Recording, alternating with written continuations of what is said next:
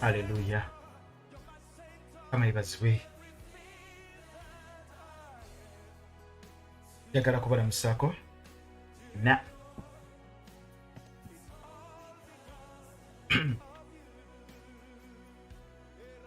njagala kubalamusako mwenna mu maanyi ag'Omwoyo Mutukuvu abakuumi atya Mukama. Njagala kwebaza Katonda olw'olunaku olw'olwaleero ate alukoze tulusanyukiremu tulujagulizeemu kubanga ennaku zonna za Mukama. Akuumi atya tumugulumiza tumwebaza kubanga wakisa tatulekerera abeerawo. Kusabidde owangule era nkusabidde oleme kugwa onyweze okukkiriza okwo. Ekitiibwa kya Katonda kirabike ku bulamu bwo. Katonda yeggulumize ng'ayita mu ggwe. Wangi Katonda yeggulumize ng'ayita mu ggwe. Otegeere ekyama ky'obulokozi kyetwafuna. Muntu yenna kyatayinza kuvaayo eyeenyumiriza mu kyo nti kyabaawo kubanga nakola nnyo, kyabaawo kubanga nafuba, nedda, naye kyabaawo kubanga Kristo yatusaasira. N'olw'ensonga efaanaganako bwetyo twebaza Katonda olw'obulokozi bwe twafuna. Butwale nga bwa muwendo, butwale nga kintu kya muwendo kisinga byonna bye wandirowoozezzaako. Yeebazibwe Mukama. Amiina. Kubanga wakola endagaano ne Mukama, ate Katonda akuuma endagaano era anyweza endagaano. Bwe bulokozi bwe twafuna obutali bwa kusaagirako, mutume Pawulo ayogereyo mu Bebulaniya 2 n'olunyiriri olusooka paka ku lwokuna. Ayogera ebigambo ng'agamba nti tetuliwona tutya bwe tulireka obulokozi obukulu bwenkanaawo. Tuliwona tutya bwe tulireka obulokozi obukulu obwenkanidde awo. Tuliwona tutya bwe tulibuleka. N'olwekyo we don't have any choice. We have to move with Christ. Kubanga ly'ekkubo n'obulamu n'amazima. Lwe lwazi bwe twatemebwa. Ge maanyi ga Katonda agafugira mu ffe. Barumi 8:11 agamba nti amaanyi ago agazuukiza Kristo, omwoyo wa Katonda oyo eyazuukiza Kristo afugira mu ffe, atuula mu ffe. Kyamuwendo kyamuwendo. N'olwekyo byonna bikole, byonna bibeere. Beera taata, beera maama, beera businessman, business woman. Fujjo lyonna likole, eddalu lyonna likole. Beera wakabi, beera ne ssente zo, beera na buli kimu kye walyetaaze. Essanyu lifune nga bw'oyagala. Naye saagala weerabire ekintu kimu kye wafuna bwe bulokozi obutagulwa ssente, obutagulwa ssanyu lya mu nsi. Togenda kwegatta na bbaawo na mukyalawo mu buliri mufune essanyu ery'obulokozi.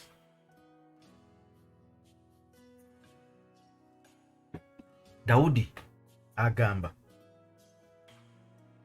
Mukama tongoba w'oli kitange,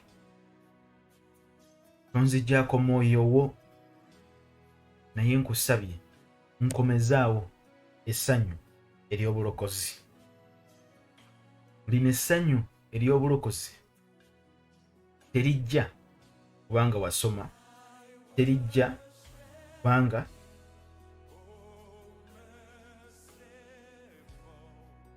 na ssente. Nedda. Essanyu ery'obulokozi liva eri Mukama. N'olwekyo obulokozi bukwate ng'ekyatika. Obulokozi bukwate ng'ekyatika.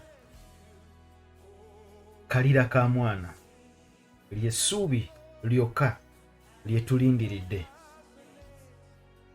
Kristo okudda okutunona atutwale nga tusaanidde.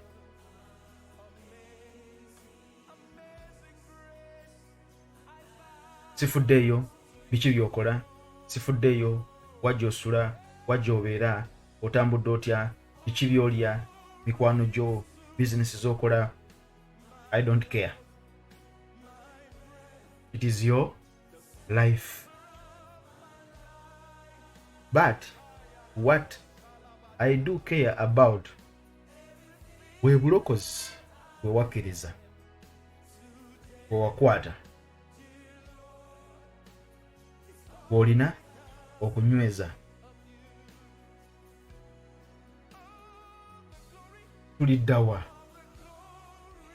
ffe bwe tulireka, tuliwona tutya bwe tulireka obulokozi obukulu obwenkanidde awo, ekyama eky'edda ekyakwekebwa bassebo ne bannyabo nga kibikuddwa.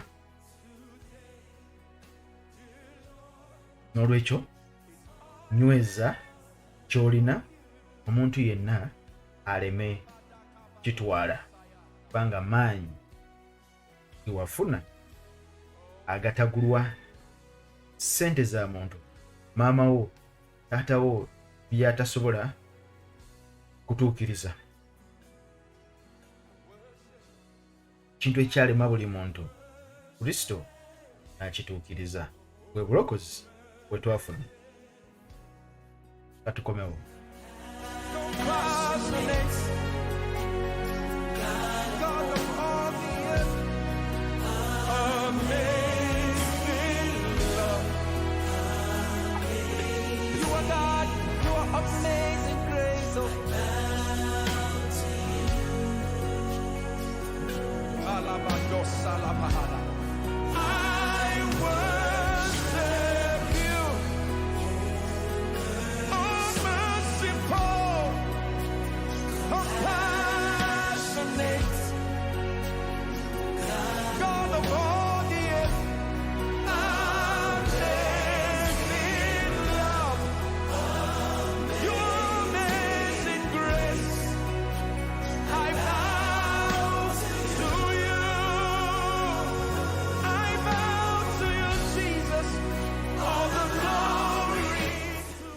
Amiina, amiina.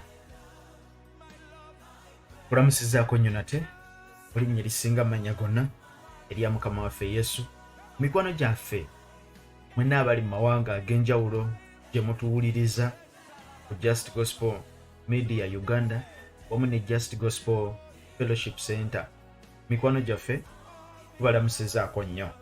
Mukama mwesigwa, twagala okwebaza Katonda atuwadde ekisa ate okuyimirira buli lukya neeyongera okukkiriza Katonda essaawa yonna atunona, nange njagala nnone nga neebase bulungi mu kaliri kange, nzuukuke nga nagenze dda ewaffe mu bitiibwa, nga nagenze dda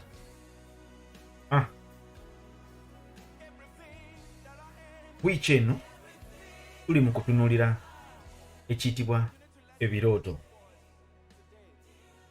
Mukama yebazibwe, twakoma luli nga tutunuulira ekiyitibwa ebirooto ebiva mu kulowooza kwaffe okw'omu lunaku oba okwakaddaako kyetwayita ordinary dreams oba processing dreams, ng'ebirooto bino bisinziirira ku ekyo ky'olabye mu lunaku oba ku ekyo ky'olabye ku ssaawa eyo. Katugambe oli mu kulaba firimu horror erimu ebitiisa, n'ogenda ne weebaka. Ebintu bino bitera okudda n'ogolokoka n'oleekaana ng'olaba tewalabye kijja. Bakita recurring. Kidda naye nga tekiva wa Katonda. Sorry, it's not recurring. Kiri ordinary, kya bulijjo.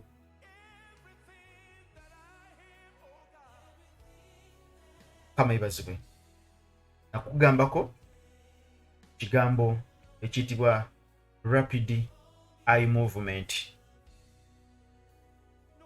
nga weebase ekiro ebiseera ebisinga 1 hour and 30 minutes after nga weebase,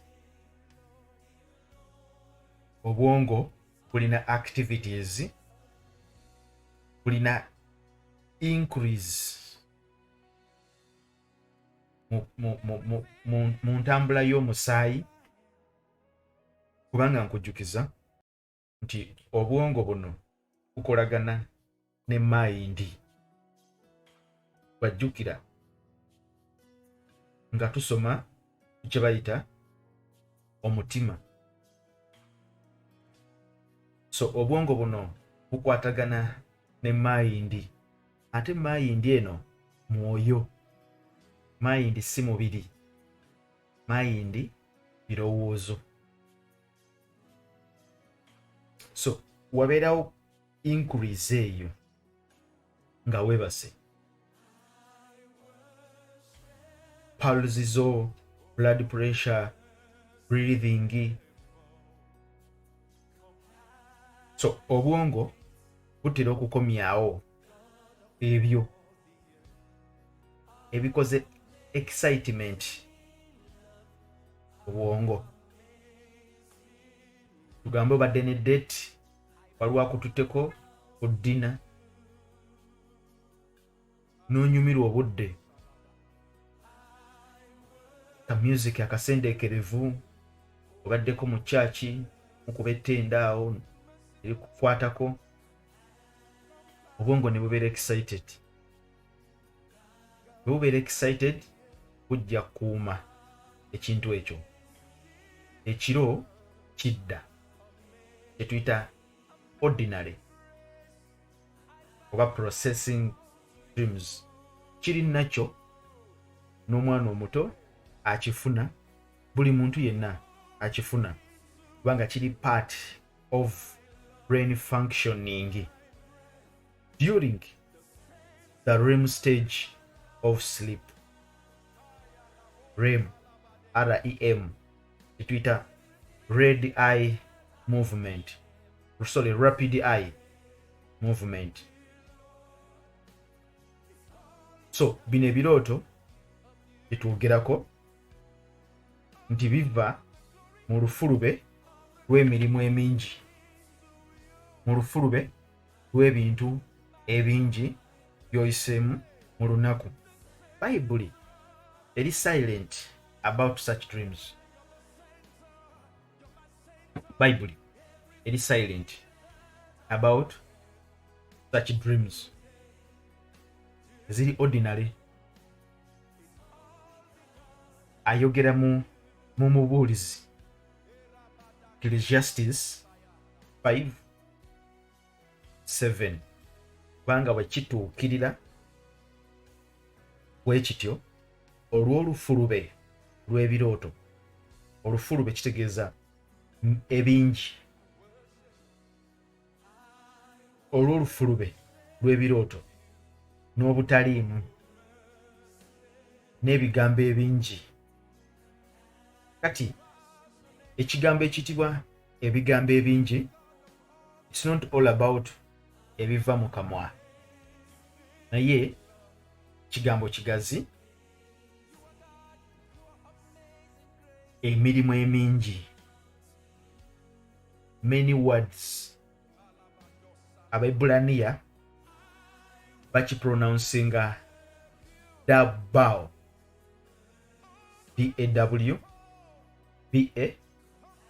BAWR. Kino kirimu ebintu bingi, kirimu ebikolwa, kirimu okwogera. Ebikolwa byetuyita tidings oba deeds. Kama favors we mulimu ebintu bingi. Akati okusinziira ku context y'olunyiriri etusoma ejja kumentioninga awamu business, bikolwa, kiva mu mirimu gy'okola, mu bigambo by'oyogera okufuna ebirooto ebyo ebingi. Ordinary, mulose mulaba mupiira gwa maniyu, sorry, osibye oba akadde akolabye omupiira gwa maniyu n'ogenda ne weebaka. Okwebaka n'olota Rooney ng'akuba ggoolo n'oleekaana, Rooney akubye ggoolo. Wano gwange omu ayagala betting, ye akugamba aloota alota nnyo nga Barcelona ezannya ne Real Madrid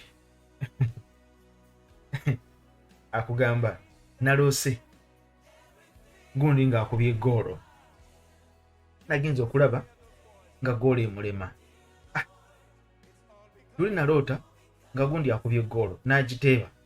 So kubanga asiiba mu betingi byatambuliramu yendowooza byonna amayibazibwe, waliwo ebirooto ebirala bye tugenda okulaba. Ebirooto bino biyitibwa prophetic, bigenda kubeera beegendereza nnyo. Prophetic dreams, ebirooto eby'obunnabbi.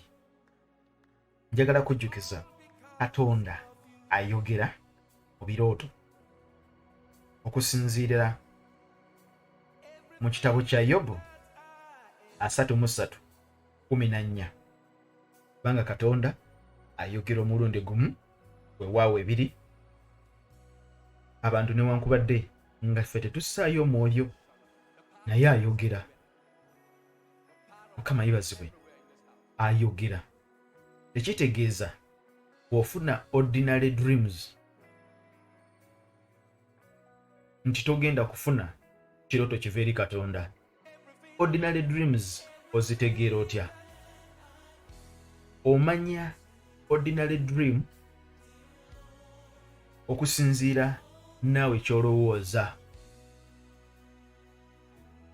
Singa obeera n'omwana omuwala weeyagala oba mwana mulenzi oyo ng'omulowoozaako nnyo, ng'owulira waatali tojja kulya, mwana ow'obuwala oyo atera okujja mu birooto. Era ebiseera ebisinga si kirungi kugenda mu kusaba kuteeka mwana muwala oyo mu maaso ga Katonda ng'omutima gwo gwasazeewo dda. Nkiddemu, ebiseera ebisinga tukola ensobi ne tugenda mu maaso ga Katonda n'omwana mulenzi oyo, mwana muwala oyo nga gwe wasalawo dda.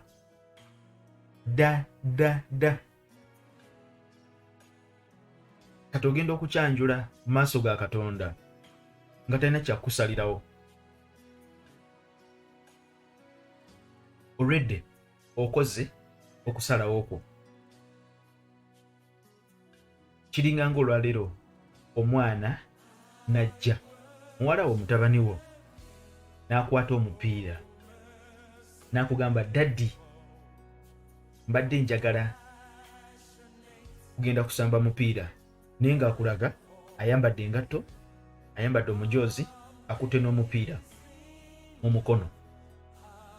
Ogenda mugamba ki?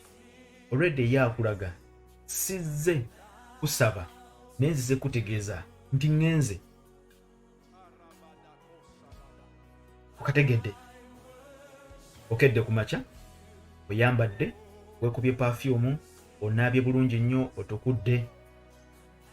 Taata wali mu ddiiro asoma mawulire, nojja waali mu maaso ge nomuga, taata, mbadde nkusaba, njagala gendako mu kibuga, mbadde nkusaba. Kitegeeza ki? Mukadde ako takyalina kyakugamba, wayambadde dda, wasazeewo dda. Ajja kugamba kola ekiri ku mutima gwo ky'oyagala, genda. You have decided, wasalawo dda, kubanga obwongo bwo bwakirya dda. N'ogenda. Kakati ebiseera ebisinga kiba kisaana nga tonnagenda kibuga, gamba taatawo, taata, ku lunaku bwe luti, ku ssaawa bwe ziti, nsuubira ogendako mu kibuga, ŋŋende. Ajja kugamba genda oba togenda, kubanga ku olwo olunaku ninaawe njagala okutwala okulaba ssengaawo. Bulijjo akwebuuza, lwaki togenze ku lunaku olulala? So naffe tulina tendensi eyo, tugenda mu maaso ga Katonda. Mukama omusajja ono, Mukama omukazi ono, mbuulira oba ye mutuufu, mbuulira oba yeye, naye nga already sinakindi mwalidde dda ak'omuntamu byassava mwabirya dda mwegatta dda kati ojja maaso ga Katonda n'olugezigezi. Mukama gwe wagamba alaba omukyalo ow'okuwasa afuna okuganja.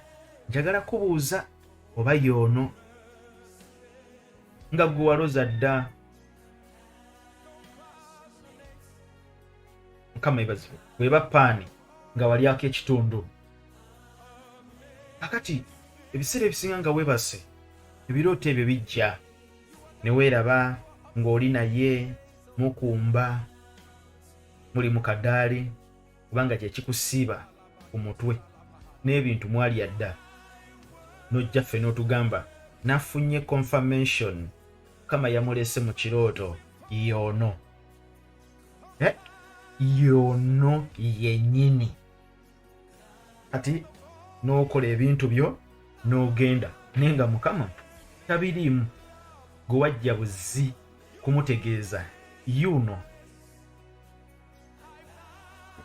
Mukama yebazibwe n'ekyandibadde kitya tonnaba mufuna n'osaba Katonda mpa omuntu, ndaga akabonero, mpa omuntu oyo anaabeera mu bulamu bwange olubirizi olutuufu ndwetaaga. Kakati Katonda asobola okwogera naawe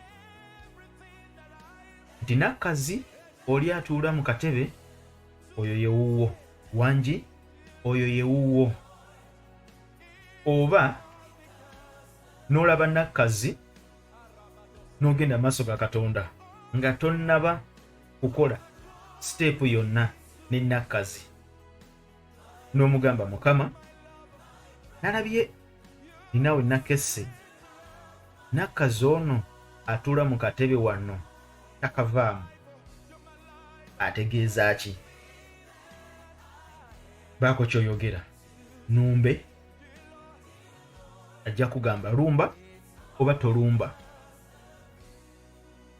Mukama yebazibwe. Katonda akyayogera. Kakati Katonda singa ajja n'ayogera naawe mu ngeri efaanaganako bw'etyo tukiyita prophetic dream, kubanga ayogera. Mukama yebazibwe ayogera mu kirooto ne mu kwolesebwa. Kakati bangi batutegeeza nti Katonda mu mulembe guno takyayogera mu birooto na kwolesebwa. Takyayogera mu birooto na kwolesebwa. Era ebirooto balwana nabyo, tebakkiriza birooto gye bali nga bayimirira mu lunyiriri oluli mu Byebbulaniya essuula esooka n'olunyiriri olwokubiri. Ng'edda Katonda bwe yayogera ne bajjajjaffe mu ngeri nnyingi, diverse manners. Olunyiriri olwokubiri olwa Byebbulaniya essuula esooka nti naye mu nnaku zino ez'oluvannyuma ayogedde. Bo bakutegeeza ayogedde, naye ng'olunyiriri teruli nti ayogedde, luli yayogera. Yayogera tegeeza bw'aba nga yayogera tekitegeeza nti takyayogera. Akyayogera. Bw'aba nga yayogera n'olera akyayogera. Ebigambo bye yayogera ne Kristo okwogerako gye tuli birala, si bye bino. Ebigambo bye yayogera ne Kristo ayogere gye tuli tebyalimu kuwasako, temwalimu kulaba maama wo ng'agwa mu kinnya n'ebirala ebifaanaganako bwe bityo. So omuntu ajja kujja akugambe bw'oloota ekintu nga tekikwatagana na Bayibuli, ekyo kifu. Olina okuloota ekintu nga kikwatagana ne Bayibuli. nziza okutegeeza ensomesa eyo nfu. Ayogera ekigambo ekyo akutegeeze nti Katonda ayogedde naffe okuyita mu kigambo kye. Aba alimba. Olunyiriri luli yayogera, teruli ayogedde. Bw'aba kutegeeza mbu Katonda ayogedde, kiba kitegeeza ne kati akyayogera naye ng'ayita mu kigambo kye kyokka. Era ekigambo ky'otabikkuliddwa mu kirooto oba okwolesebwa, ekyo tekiba kituufu. Ensomesa eyo njirina mu audios. Mukama ffe ibazibwe nnyo. Kati ne tuba n'obuzibu obufaanaganako bwe butyo. Katonda akyayogera. Olunyiriri lugamba yayogera. Yayogera. Naye kati akyasobola okwogera kubanga omwoyo we yatusuubiza mu bikolwa by'abatume 2:17.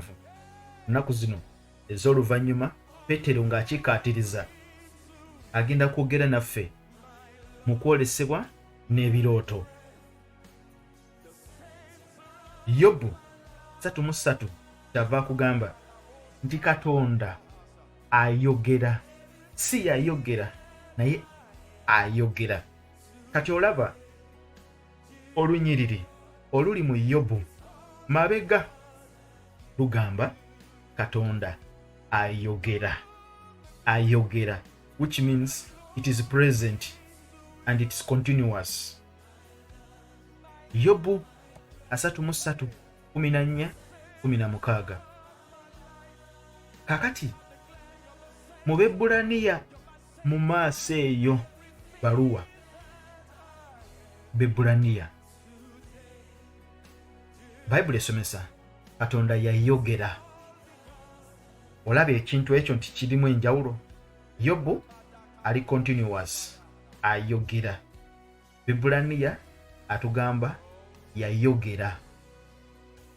Byebbulaniya essula esooka olunya olwokubiri kitegeeza Katonda ebigambo bye yayogera naffe okuyita mu mwana Kristo yabyogera. By'ebitabo eby'enjiri. Era nabadde mbategeeza ebigambo ebyo Kristo nga yabyogera dda. Yokaana 17:5-8 n'ennyiriri endala nnyingi. Prophetic dreams zeziriwa. Prophetic dreams kankweka ekyokulabirako. Bikula Danieri 7. Ndizo tuba tutandikira. Danieri 7. Sobola okusoma olunya olusooka paka 14 lwakuba obudde tetulina. Danieri 7 n'olunyiriri olwokubiri. Tugenda kusoma ennyiriri ntono tujja zimalayo zonna. Danieri 7:2. Danieri n'ayogera nti natunuuliramu ebyo bye nayolesebwa ekiro, era laba empewo ez'omu ggulu ennya eziwamatuka ku nnyanja ennene. Naye olunyiriri olusooka Danieri 7 lutugamba mu mwaka ogw'olubereberye ogwa Berusazza kabaka w'e Babulooni, Danieri n'aloota ekirooto n'omutwe gwe bye gwayolesebwa ku kitanda kye. N'alyoka awandiika ekirooto n'ayatula ebigambo nga bigattiddwa wamu. Teekawo ekigalo. Danieri aloota ekirooto era afuna okwolesebwa. Nkujjukiza nti ebiseera ebisinga prophetic dreams, abawulira episode eyasooka nakutegeeza kikulu nnyo kya magezi okuwandiika ebirooto ebiri prophetic. Tukaddemu kirungi okukwata akatabo ko ne peeni n'obyawula kuwandiika kirooto kiri prophetic kubanga Katonda aba ayogera. Danyeri awandiika lwaki? Kubanga yategeera saagala kitibweko, saagala neerabire. Katonda ayogedde naffe emirundi mingi nga tetussaayo mwoyo. Nga Yobu bw'atutegeeza mu Yobu 3:14-15, Katonda ayogera naffe ne tutassaayo mwoyo.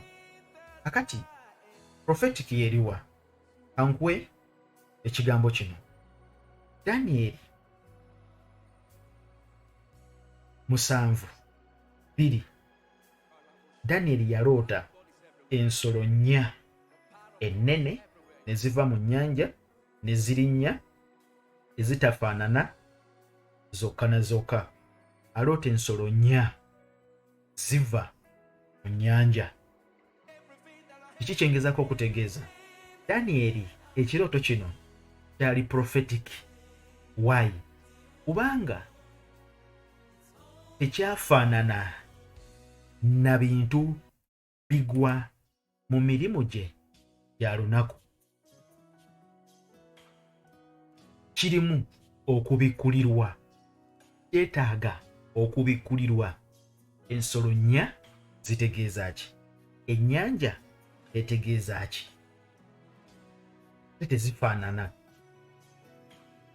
tezeefaanana.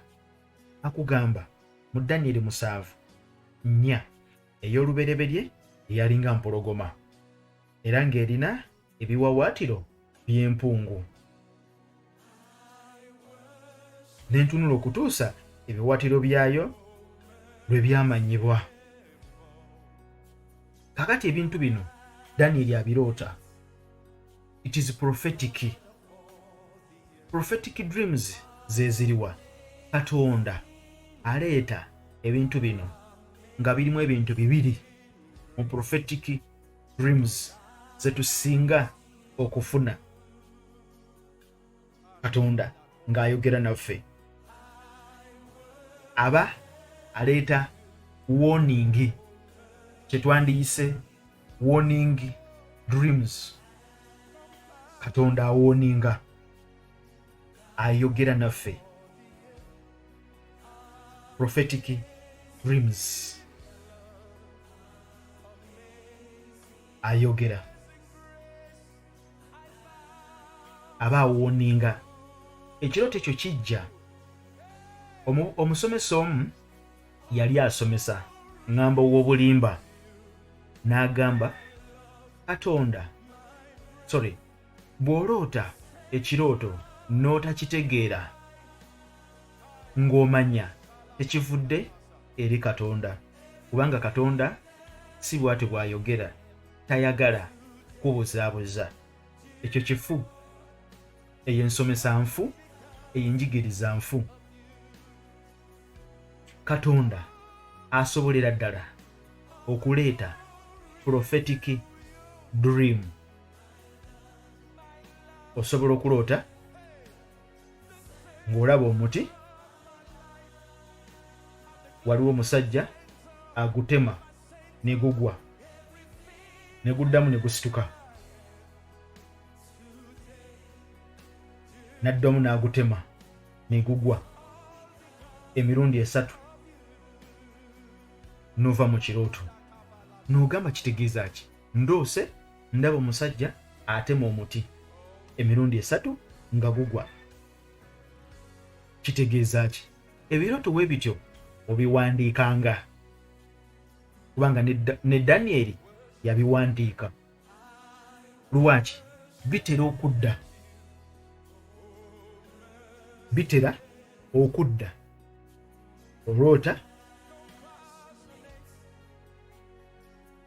olaba amagye gakugoba emisinde, bakuba amasasi mu bbanga, bakuwerekereza amasasi n'ozuukuka nga kikutiisizza ne weebuuza kitegeeza ki. Kati ekirooto bwe kityo okyawulira ddala ne kye tuyita ordinary dream. Eno dream eva mu mirimu gyo, mu birowoozo byo. Prophetic eba ndala nnyo. Tuli ffenna, for example, Joseph gwe tumanyi obulungi, Yusufu waffe, ow'omu ndagaano enkadde, mu lubereberye aloota. Mujjukira mwenna mu lubereberye essuula lubereberye 38 Genesis 38 n'olunya olusooka paka wonna wansi tulaba birooto bya Yusufu. Danieli 38. Tusomeyo Danieli 38.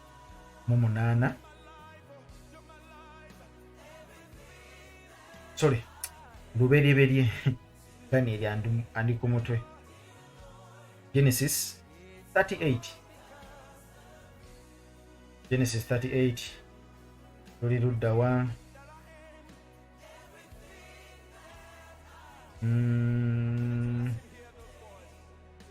yabadde mmeka?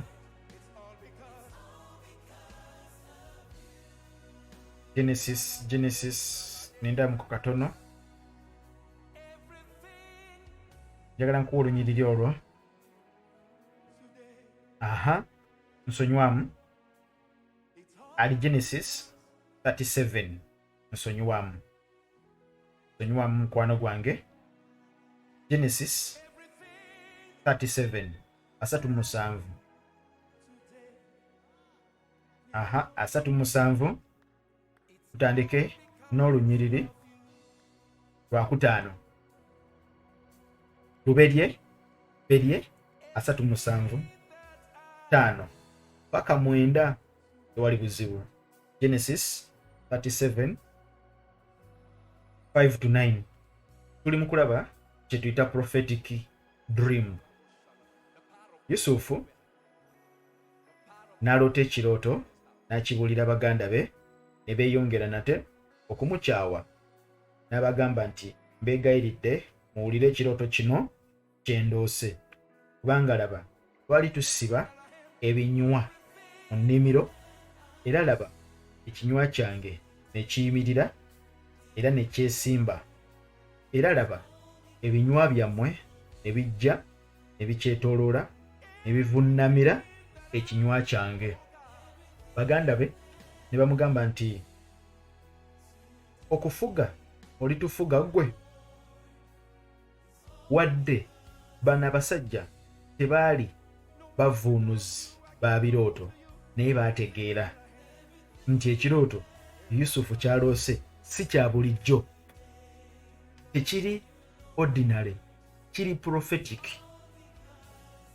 Yusufu aloota ekirooto, ebinywa by'abalala bivunnamye, ekikye kiyimiridde. Ebinywa 7 bivunnamye mu maaso ga Yusufu. Ebinywa ebirala bivunnamye mu maaso ga Yusufu. Akinnyonnyola baganda be. Okategedde prophetic dreams zijja mu ngeri eri encrypted. In other words, tuyinza obiyita apocalyptic dreams.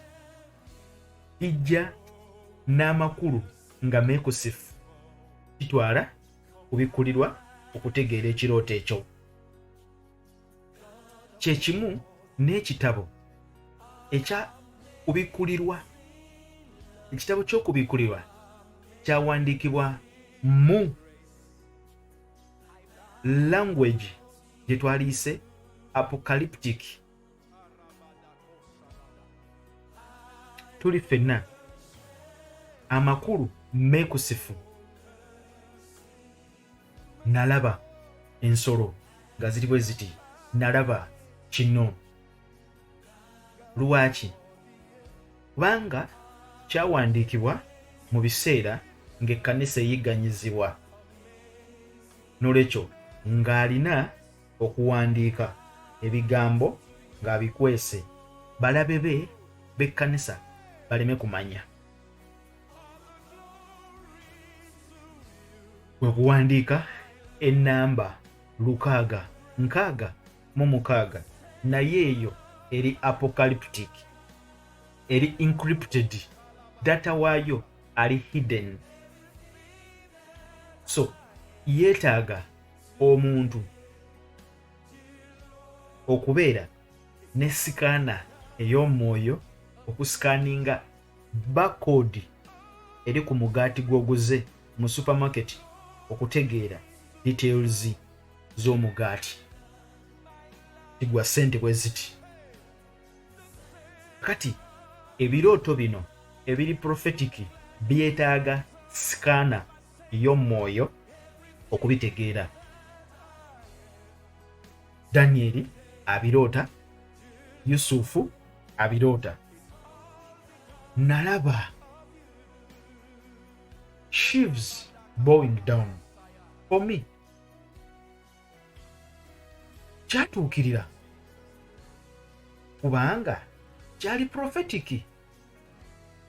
Kyatuukirira baganda ba Yusufu tubalaba nga bamuvunnamira kubanga Yusufu yali mukulu wansi mu nsi gye baamutunda. Bayibuli etusomesa mu Lubereberye 42 olunyiriri olw'omukaaga. Lubereberye 42 olunyiriri olw'omukaaga. Era Yusufu yali mukulu w'ensi.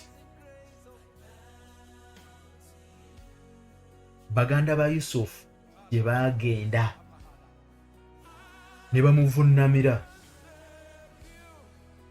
nga bawunzise emitwe gyabwe ku ttaka. Tulusomeyo olunyiriri olwo. Nyinza okwogera ebigambo wano ebiyinza okunswaza. Tulusome. Mutusabireko.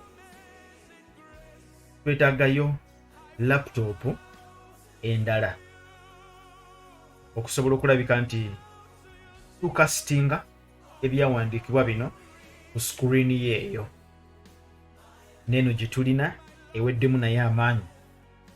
So Mukama bakwatako eyo osobola okubeera omukisa eri obuweereza buno. Nsuubira bubadde mukisa gy'oli. Amiina. Lubereberye 42 bwentegeezeza 6. Lubereberye 42 6. Era Yusufu ye yali omukulu w'ensi. Oyo ye yaguzanga abantu bonna ab'omu nsi. Baganda ba Yusufu ne bajja ne bamuvunnamira nga bawunzise amaaso wansi. Okategedde? Baganda ba Yusufu bajja ne bamusanga mu nsi gye yali.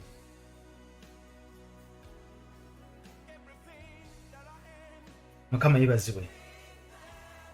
Bajja mu Misiri. Lubereberye 42 3 ne baganda ba Yusufu 10 ne baserengeta okugula eŋŋaano e Misiri. Naye Benyamini muganda wa Yusufu Yakobo n'atamutuma wamu ne baganda be kubanga yayogera nti mpozi akabi kalimu okumubaako. Benyamini bwe yali muto. N'abaana ba Isirayiri ne bajja okugula mu abo abajja kubanga enjala yali mu nsi y'e Kanani. Bava e Kanani bagenda e Misiri. Yusufu ebiseera ebyo ye yali omukulu. nga baamukuza ati nga yalina emmere ne bavunnama maaso ga Yusufu bamwegayirira abawe emmere. Kiri eri ekirooto Yusufu kye yafuna mu lubereberye 37 eyo. So kituukirira, kibaawo. Kyenkutegezeza prophetic dreams ne bwe zitwala emyaka gyonna kituukirira. Weewaawo kisobola okugaana okutuukirira okusinziira. Kano kawulirize kakulu nnyo. Prophetic dream Katonda ng'ayogedde naawe kisobola okutuukirira oba kisobola okugaana okutuukirira newankubadde nga Katonda yakyogedde. Kubanga ekirooto kigambo kye. Tulengera omusajja ayitibwa Ezekiya mu Isaaya 38 n'olunywa olusooka. Yalwala, Katonda n'amutumira nnabbi, genda omugambe yeeteeketeeke agenda ffa. Kigambo kye kizze. Ezekiya n'agamba nedda, sijja kufa. Kye yakola n'akyusa amaaso ge eri ekisenge n'amugamba, Mukama, leero nzize tukyuse ebyafaayo bino, sigenda kufa, kadde kange tekannatuuka, nkyalinayo emyaka. Katonda n'addamu n'atuma Isaaya, genda ogambe Ezekiya, kasajja no kagaanye, kalemeddeko, kagaanye offa.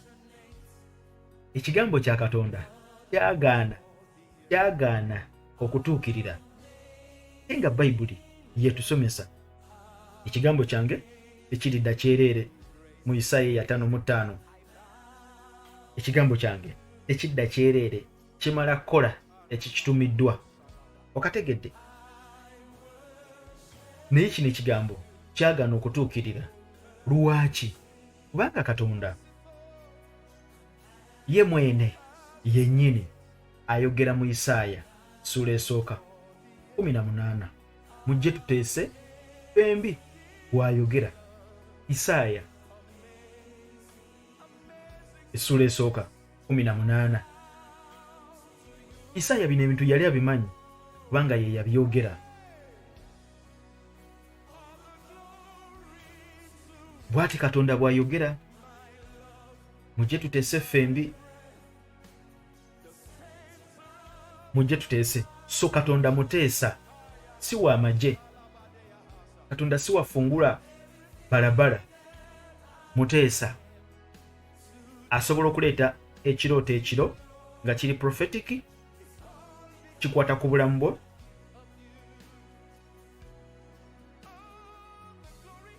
Yono omusajja gwe njagala owase, osole ofumbirwe. Yono omukyala gwe njagala owase,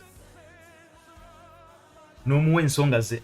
Mukama, omukyala ono ogamba gw'oyagala mpase, naye kusinziira ku nze. Wangi soono tukyuseemu omulala. Oyogedde? Kale katunoonye omulala, kubanga muli ba mukwano ne Katonda. Obuzibu temulina nkolagana na Mukama, mwenna mulinga bamagye. Okusanga Nazaala nsanga amalaalo bwe wafuuka gwe ne Katonda. Ayita ku kono oyita ku ddyo. Agamba bw'ati, Ibulayimu naamukisa ekintu kyonna. Mukwano gwange oyo tutuula ne tunyumya. Mukwano gwange, kakati ffe ebintu tubifuula bizibu, Katonda ne tumufuula munnaddiini. Kumanyi bazibwe tuli ffenna kikyo kiyitibwa prophetic dreams zijja nga ziri encrypted, data abeera hidden, nga naawe bw'oloota ozuukuka kikutabudde. Kati ekyo kikutabudde kiwandiike mangu. Nze bwe nkola kasita ndoota ekirooto ne sikitegeera, naye nga nkitegedde kino ekirooto kiva mu ggulu, ndikodinga ewantu ne nkirowoozaako, Omwoyo Mutukuvu akizza.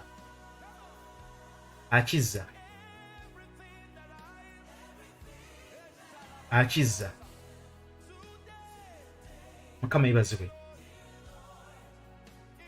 Kakati omukulu omu yasomesa n'agamba bw'oloota ekirooto nga tokitegedde kikubuzaabuza, ekyo tekiva wa Katonda. Katonda tabuzaabuza, nedda. Katonda si bw'atyo bw'ali. Osobola okuloota ekintu n'otakitegeera. Samwiri yaloota nga Katonda amuyita, Samwiri n'atabitegeera. Emirundi 3 nga Katonda amuyita, Samwiri nga tabitegeera, naye Eri ng'amugamba ddayo weebake. Ogwokusatu Eri kabona n'amanya waliwo ekitali kituufu, kino si kya bulijjo. Samwiri kakati waddamu n'akuyita, mugambe mpulira, yogera Mukama. Katonda bwe yadda okwogera, Samwiri n'ategeera, n'agamba nzuuno. So Katonda asobola okujja n'ayogera naffe in a prophetic way ne tutakitegeera. Njagala kutegeeza weegendereza nga nnyo ebirooto ebiri prophetic. Tekitegeeza bunnabbi bwokka,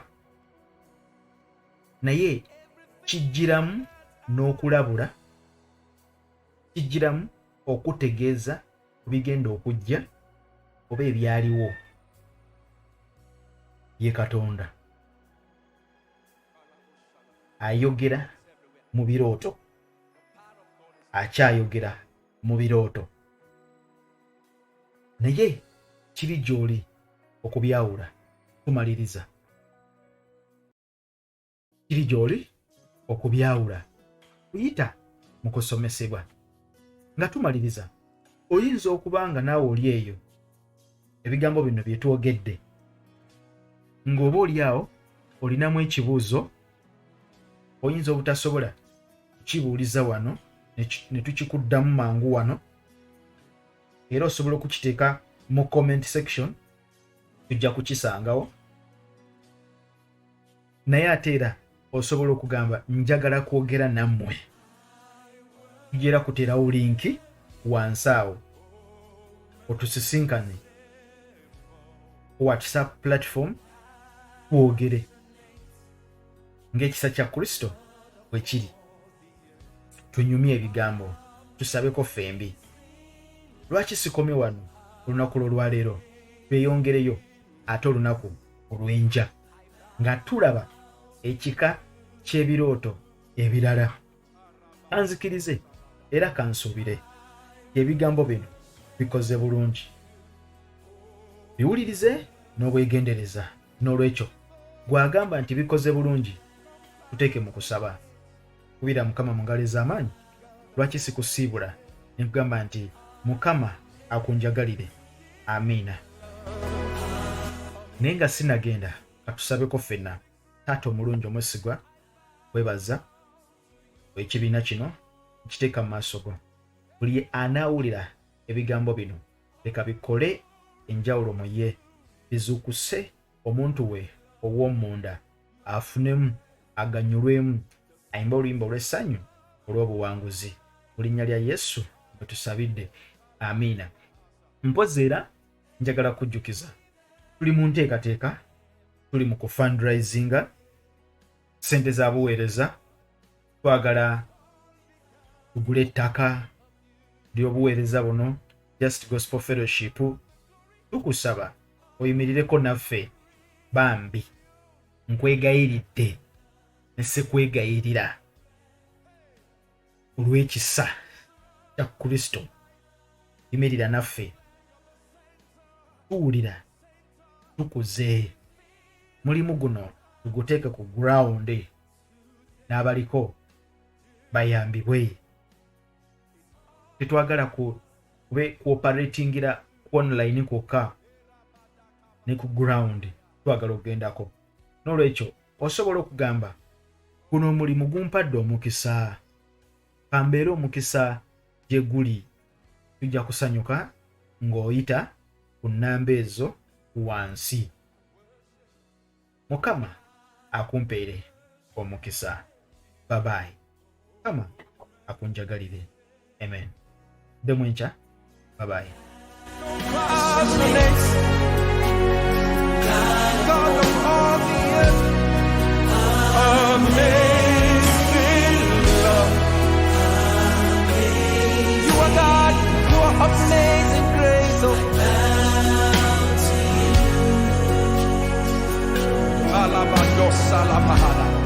I worship you,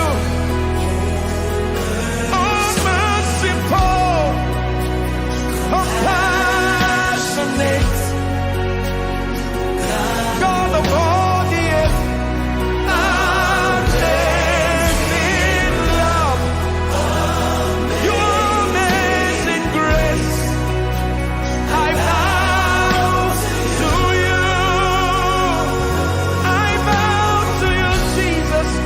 All the glory to you,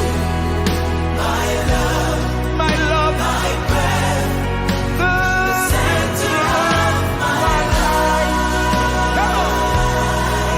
Everything that I am, is Salabadakosa. Today, dear Lord, it's all because of you. Arabadosa. All the glory to you. My love, my breath, you're the center of my life. You're my life, oh, you're my life. Everything that I am today, dear Lord, it's all because of you. Everything that I am, everything that I am. You need to let him hear those voices today. Dear Lord, it's all because of you.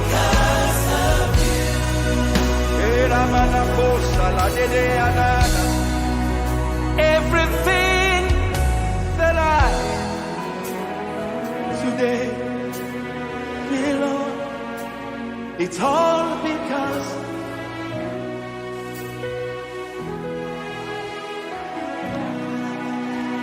everything that I am today, dear Lord, it's all because of you.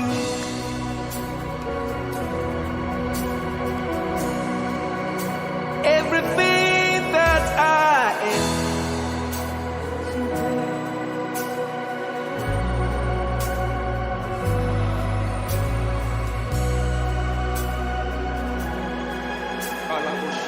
the power of God is everywhere.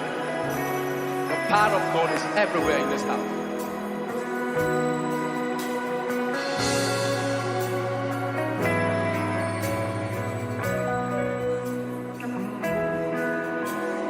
Everything that I am, everything that I am today, dear Lord, it's all because of you. Everything that I am, oh God, everything that I am today, dear Lord, it's all because of you. No me without you, I give it all to you.